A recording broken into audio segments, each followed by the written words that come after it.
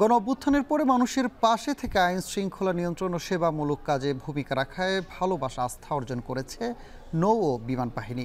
বাহিনী দুটির নির্বাচনী পর্ষদের আনুষ্ঠানিক উদ্বোধন করে এ কথা বলেন প্রধান উপদেষ্টা ডক্টর মোহাম্মদ ইউনূস। নৌবাহিনী সদর দপ্তরে অনুষ্ঠানের শুরুতে বিমান দুর্ঘটনায় নিহতদের স্মরণে 1 মিনিট নীরবতা পালন করা হয়। উদ্বোধনী বক্তব্যে নৌ ও বিমান বাহিনীর গৌরবময় ইতিহাস, প্রাকৃতিক দুর্যোগ মোকাবেলায় অবদান ও জাতীয় প্রয়োজনে স্বতঃস্ফূর্ত অংশগ্রহণের প্রশংসা করেন ডক্টর ইউনূস। বলেন, গণ অভ্যুত্থানের পরে মানুষের পাশে দাঁড়িয়ে ভালোবাসা ও আস্থা অর্জন করেছে তারা। ভবিষ্যতেও বাহিনীগুলো সংবিধান সমুন্নত রেখে রাষ্ট্রীয় সংকট ও দুর্যোগে জনগণের পাশে থাকবে বলে আশা প্রকাশ করেন তিনি। নির্বাচনী পর্ষদকে দেশপ্রেমিক, মেধাবী, পেশাদার ও নৈতিক গুণাবলী সম্পন্ন কর্মকর্তাদের নেতৃত্বে আনার নির্দেশনা দেন তিনি।